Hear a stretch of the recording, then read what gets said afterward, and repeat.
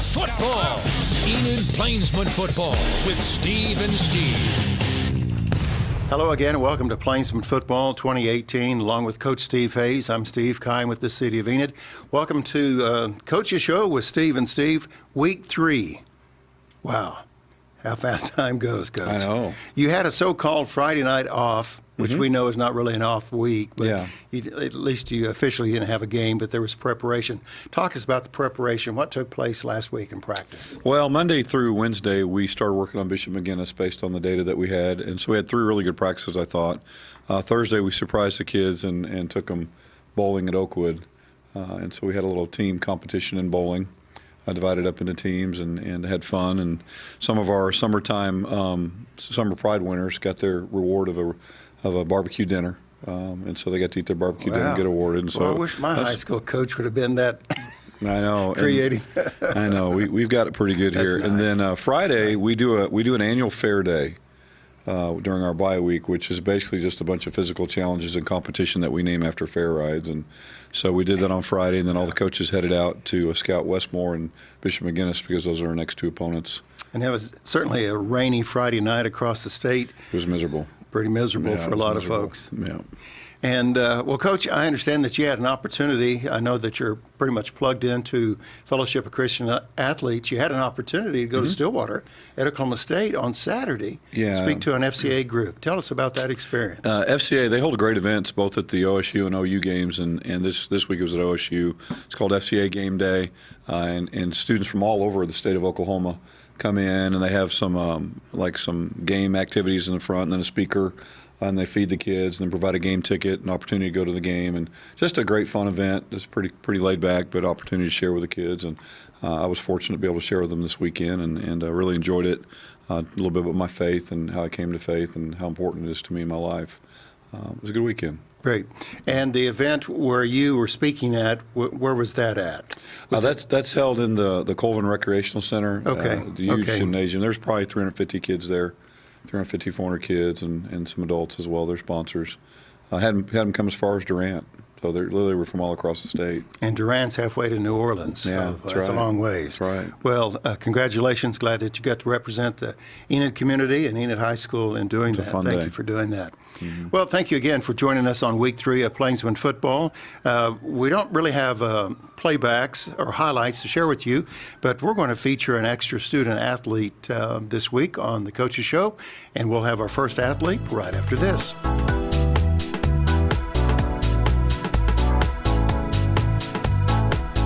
Welcome back to the show. Thank you again for joining us for the Coach's Show with Steve and Steve. As I mentioned earlier, we have a special guest. We're going to feature 2 student athletes this week, Week 3 of our show. We have a senior, Kyler Bridenstine. Is that correct, Yes, Kyler? sir. Welcome to the ETN studios, and appreciate you being on the Coach's Show with us today. Yeah, it's great to have Kyler here. Kyler is a great example of success through the process. He has worked hard for 4 years now.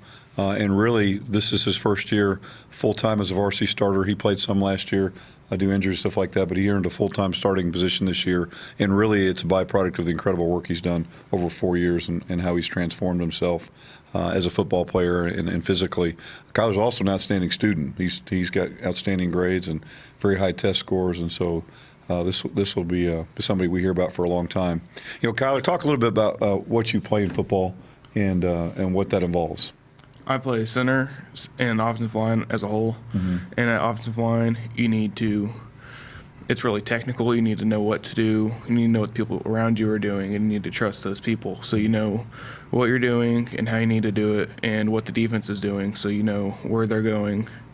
And then you just got to protect the quarterback and whoever has the football. Yeah, offensive line really involves more mental understanding of the game than any other position probably on the field. And sometimes they get stereotyped as the dumb guys, but they really have to be the smart guys anymore in the way the offenses are run today. Why do you love football? Why do you play? I love football because you could go out on the football field and you don't really have to think about anything. You just got to go out there and hit people, and no matter what's going on, you can just go out and play football. Yeah, it's pretty awesome. What did you do this offseason and really in the last 4 years for you to get ready to be a varsity football player? During the off season, every day I would just try as hard as I could to get better and get better at the things I needed to, and even the things I didn't need to get better at, I still got better at, so that I could be the best player I could be when the season came around. What are some specific things you improved at, or you feel like that you're better this year than you were last year? I feel like I've gotten a lot faster and quicker than I have by running every day and being in the morning and afternoon. That helped out a lot. Yeah, for sure. What are your goals for this football season? My goals for this football season are, first off, beat Bishop McGuinness. Then after that, take it day by day, win every day that you can. If you win every day, you'll win. Yeah. Well, I like that. I like how our players have come on here and talked about the importance of the day and this week. That's great. All right. You're a smart guy, great student, very talented person. Got to have big plans after graduation. Tell us a little about those plans. Yeah, I plan right now on going to OSU because I've been accepted into their honors college for aerospace engineering. And then if I decide not to go there, I'm thinking about maybe going to NOC for a year or two and then deciding what to do from there. Okay, fantastic. That's exciting to have plans like that. It is. So, it is. well, Kyler, as a senior, and it's amazing how quick this calendar goes. You'll graduate and you'll think, man, where did the year go? But as you reflect upon your experience as participant of Plainsmen football, what do you think you're going to take away, or what are some of the takeaways from just the athletic experience at Enid? The athletic experience, Enid, really isn't all about playing football and getting strong and stuff. The coaches really build you as a human being and make you responsible for who you are and what you always will do. It's a great answer. Yeah, thanks, Colin. On a little personal note, as a senior, you were talking about being an honor student. What are some of the physical characteristics? How tall are you? 6'3". And your weight? 285. 285. So. He's worked hard because he's had to lose weight to get into shape and gotten a lot stronger as a result. And man, wish everybody could see it before and after. It'd be pretty amazing. Kyler, thank you for being here today. Thank you. Appreciate it. Our special guest this morning, the senior Kyler Bridenstine of the Enid Plainsmen football team. And we're going to take this short break, and we're going to meet other members of the Plainsmen team right now. Will Phillips, class of 2019, running back, safety. My name is Tyrese Neal. I play corner and receiver, and I'm a junior. John Gay, class of 2021, inside linebacker. Maddox Mabry, class of 21, quarterback and defensive back. My name is Sean Graves, and I'm a nose guard, and I'm a sophomore. My name is Zay Coleman, class of 2021, D-line and O-line. Devontae Gordon, sophomore, lineman. Again, thank you for joining us on the Coaches Show with Steve and Steve. It's our pleasure to bring you the highlights of Plainsmen football here in Enid High School each and every week on the Enid Television Network. And as part of our feature this week again, we have a student athlete that we want to highlight, and we want to welcome another senior of the Plainsmen team, Brian Hernandez. Brian, welcome to the studios. Thank you for joining us today. What's your day look like today? Is it a busy, full day? Well, I got my morning archery off, so I'll probably go home, take a nap after this, and go to school. Okay. Take a nap, go to school. That must be nice. Yeah. Okay. Yeah. Super excited about having Brian here. He has been a big part of our program for the last 4 years. Started a little bit as a sophomore and started last year a little bit as well, and now has transitioned into a full-time starter this year, and has really become a very, very good football player for us. Starts both on offense and defense. He starts defensive end and right tackle, and grades out as one of our best players week in and week out. And so, Kyler talked a little about the offensive side of the ball. Why don't you talk about what your job is as a defensive end? Well, in the defense, you really have to really know what you're doing. You got to really be careful with every move you make, because if you make one wrong move, then they can just run the ball right next to you or something, and it'll be on you. And you just got to be careful what you're doing. Yep. And he's done a great job for us so far this season. Why do you love football, Brian? I love football. I started playing when I was in like 8th grade, and a buddy just said, "Come out, you're pretty big. You'd be pretty good." I didn't know much about it, and as I started playing, I just learned to love the sport, especially here with Coach Hayes. He just makes the whole thing awesome. Just everything about it, I love it. So what did you do this spring to be in good enough shape and physically ready to be a two-way starter for the Plainsmen? Well, I did not know I was going to be a two-way starter during the spring. I wasn't ready for that, but I was ready actually from everything we did over the summer. I worked out every day, every morning, ate right, did everything you had to do, and I was just ready with all our preparation we took. I was ready for the season. Brian is unusual, and he's one of those offensive linemen that can run pretty well, which allows him to be a pretty good defensive lineman as well. And he really kind of attacked that running in the summer and improved a great deal for that. You wouldn't know by the way he runs that he's one of the front hoggies. Which is pretty cool. What are some of your goals for this senior season? Yeah, it is. That's right. That's right. What are your goals for this senior season? My goals, just win as many games as we can. I think we have a pretty good shot at that. We got a lot of good athletes and everything. And I'm gonna give him my best effort, and we're just gonna go all out. Yeah. All right, Brian. Same things asked Kyler. What are your plans when you graduate? Right now, I've been talking to my parents, my counselor, and all that, and I'm probably going to do another 2 years of archery and then do archery and NOC, and then we'll see where it goes from there. Probably go to work after. What specifically are you studying in archery? I'm doing welding right now. Okay, great. Then I'll be finished this year, and then next year I'll probably do automotive or HVAC, something else. Yeah, we have so many kids that benefit from that opportunity. It's a great situation. Brian, I was going to ask you, what would be if a young person's watching this interview and they've kind of flirted with the defensive end position, what would you say the key skill set for a defensive end that has helped you to be as successful as you've been? Well, you do have to be fast. You can't. You have to be big, obviously, but you got to be fast. You got to be able to read the quarterback, read his eyes, see what he's going to do. You don't want to rush upfield if he's going to pass the ball and then they'll pass it right in front of your face or something. And just be smart, be careful what you do, but do it 100%. It seems like football has meant a lot to you. What will be some of the key takeaways from the experience with Coach Hayes and the other assistant coaches? What are some of the key things that you're just going to probably always remember? It teaches you how to be tough, but especially with Coach Hayes and the way he runs his program, it just gets you ready for life, gets you ready to be a man, to have a family, to hold a job, how to treat people in real life. And I think that's just really important. Anything else, Coach? No, just another example of the great kids we have on our team and why we're so proud of them. Exactly. Again, Senior Brayan Hernandez is our special student-athlete guest today on the Coaches Show with Steve and Steve. Coach Hayes has a supporting staff, and let's meet some of the assistant coaches right now. I'm Coach Dusty Quarles. I coach secondary. I went to the Northwestern Oklahoma State University, and the best advice I've ever been given is keep God first. And if you do so and have a relationship with Christ, then you'll never have to worry about whether or not you're adequate for today's journey. I'm Kyle Young. I attended the University of Central Oklahoma. I coach linebackers and defensive coordinator. And the best advice I'd probably give or have received is when it comes to your morals or your faith, don't settle. Always stand on the rock and never falter no matter what's going around in your life. My name is Kime Sears. I coach the defensive line for the Enid Plainsmen. I went to the University of Nebraska, and the best piece of advice that I've gotten is leaders lead from the front, not from the back. I'm Kyle Davis. I attended the University of Oklahoma. I coach the offensive line, and the best piece of advice I've gotten is give it to God.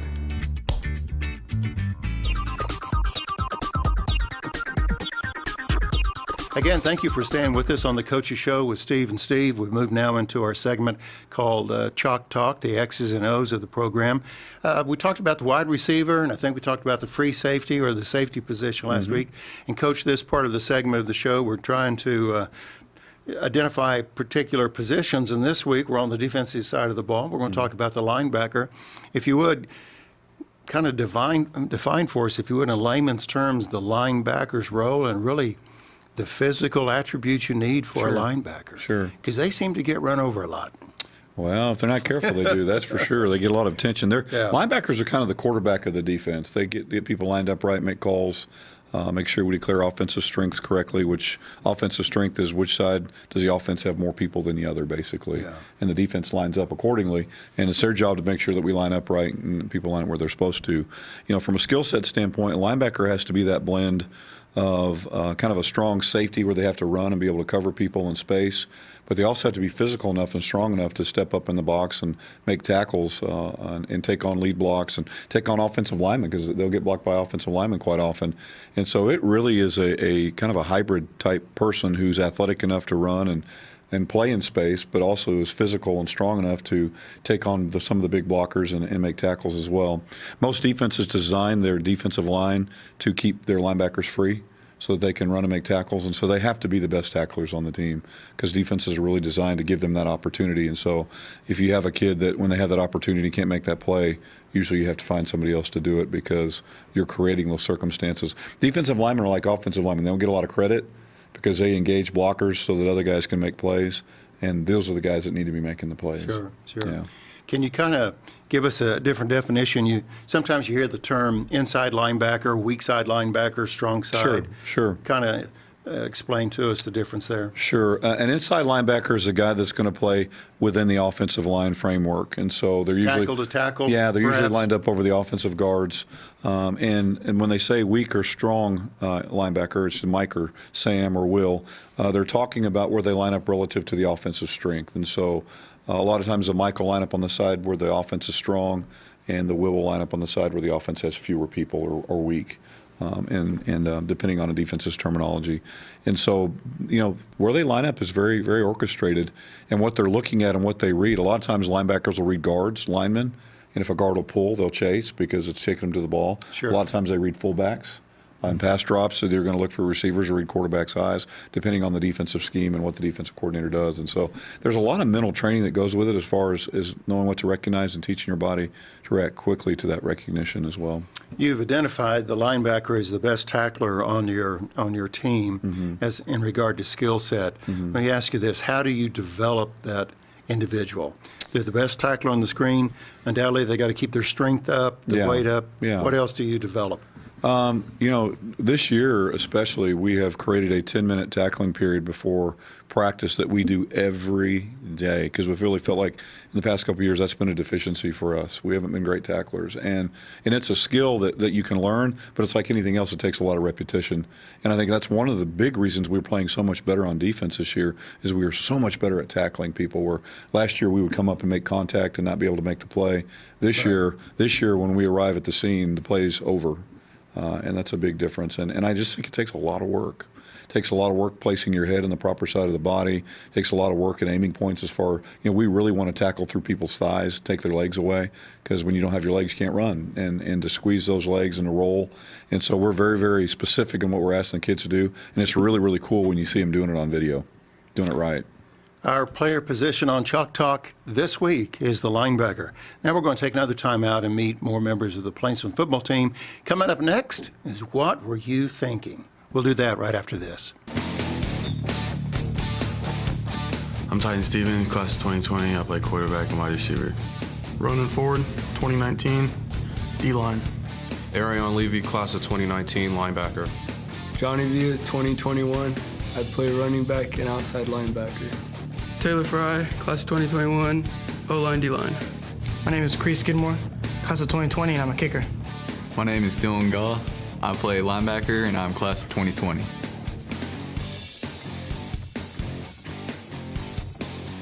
We have many favorite segments, but I think this is one of the fan favorites, if you will, because we've all sat back in our recliner, or we've sat in the third row of the stadium going, Coach, what were you thinking?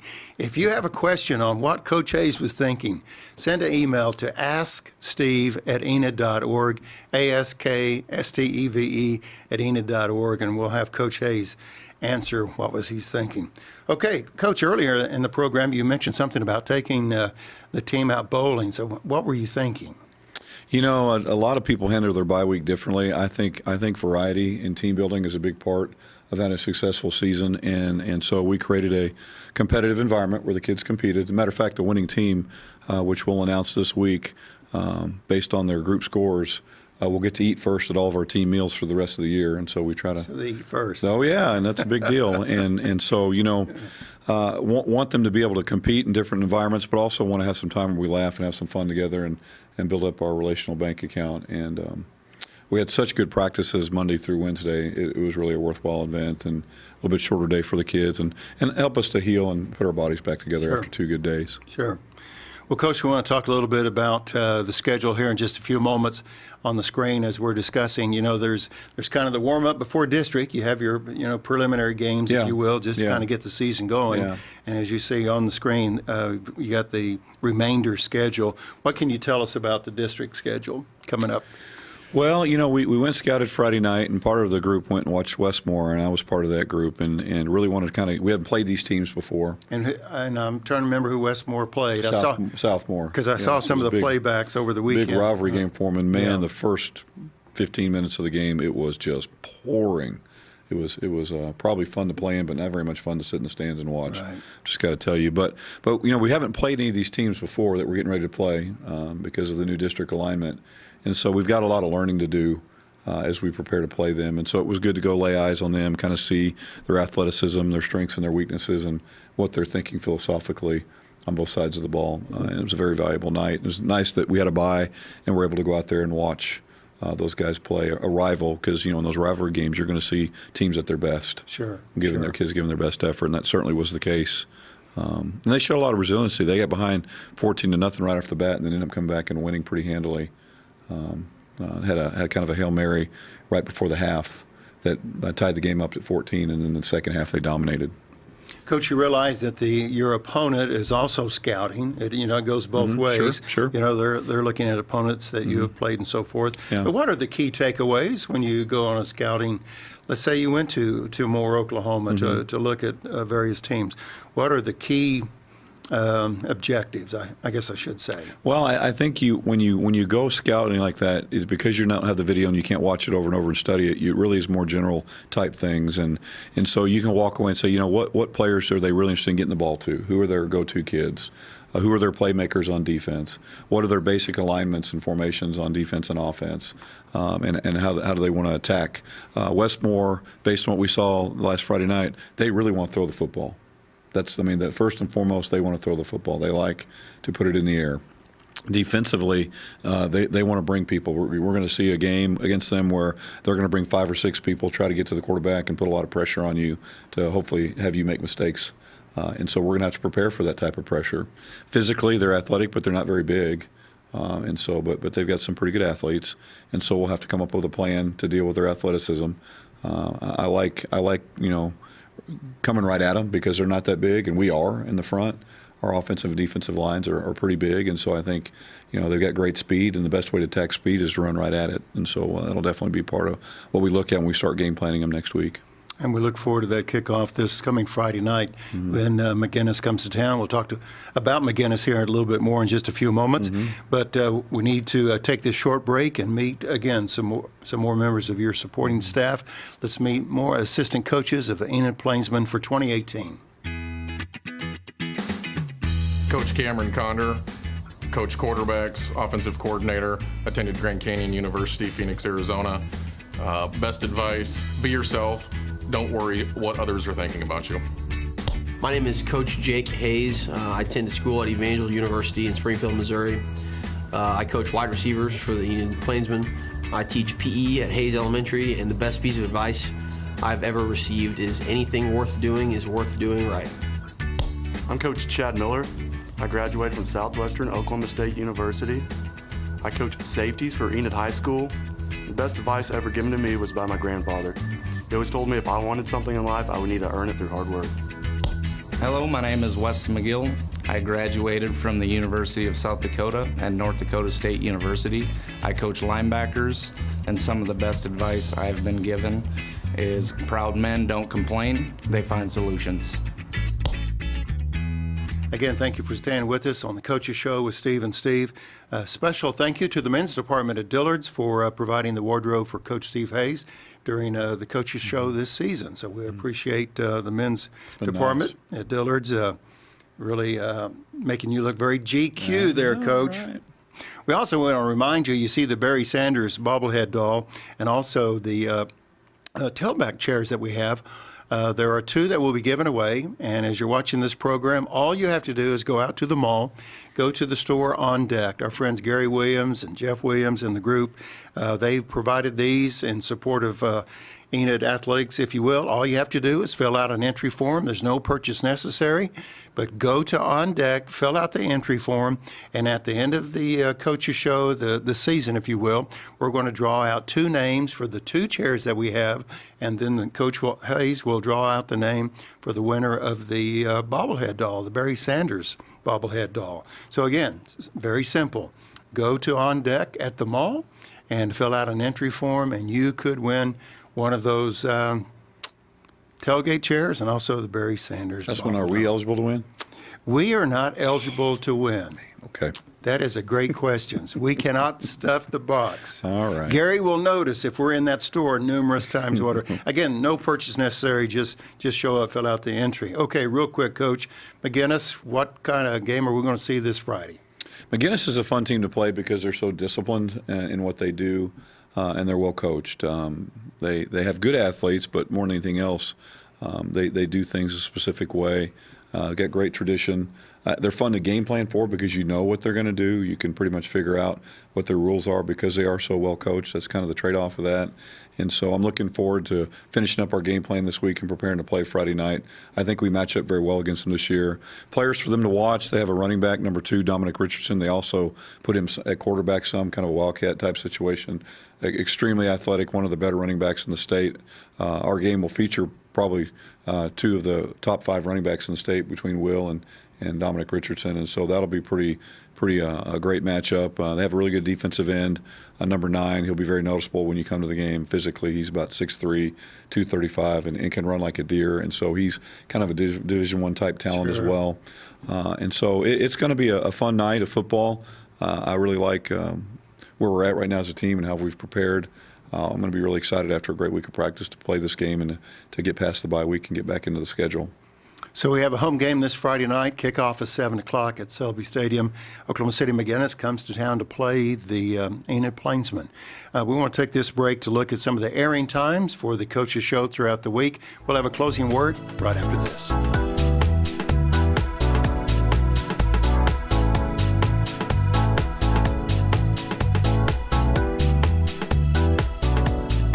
Welcome back to the final segment of Coach's Show with Steve and Steve. Coach, we just showed the airing times on the Enid Television Network. Again, that's Channel 11 and 111. Tell us real quick, where else do you post the Coach's Show? I think it's on social media. Sure. We have an Enid Plainsmen Football Facebook page that if you'll like that page, you'll go in there and like it. You'll have access to these videos and a bunch of other things that are going on in the program. It's a great resource. You can also go to our Enid Football webpage. It's a district webpage, and I'll have those links on there as well. Okay. And I just appreciate the social media, some of the social media aspects, but it's good that you get to highlight the student athletes. Kind of, you can replay it. Yes, replay it. It's not just a one-time shot. For sure. So. We talked about linebackers early today, and then our special student athletes that we had on. They touched on the importance of toughness and how they prepared them for life, having this toughness. Yeah. As we close out our show, Coach Hayes, talk to us about mental toughness. What is that? You know, I think if I had to pick one quality to work on to be successful, this idea of mental toughness would be definitely in the running, be probably one of my top 2 or 3.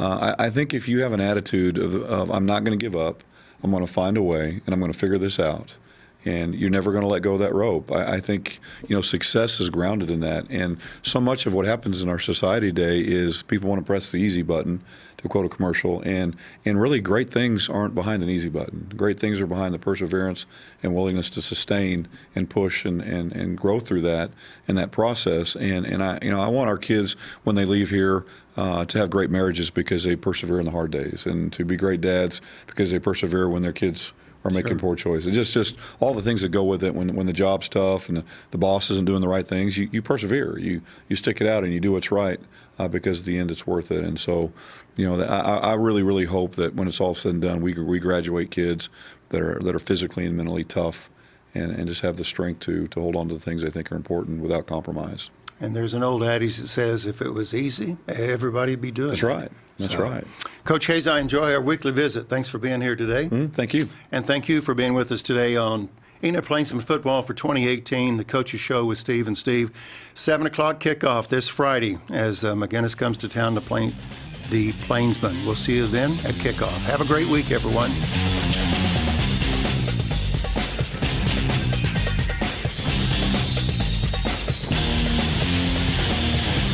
for watching Enid Plainsmen Football with Steve and Steve on ETN.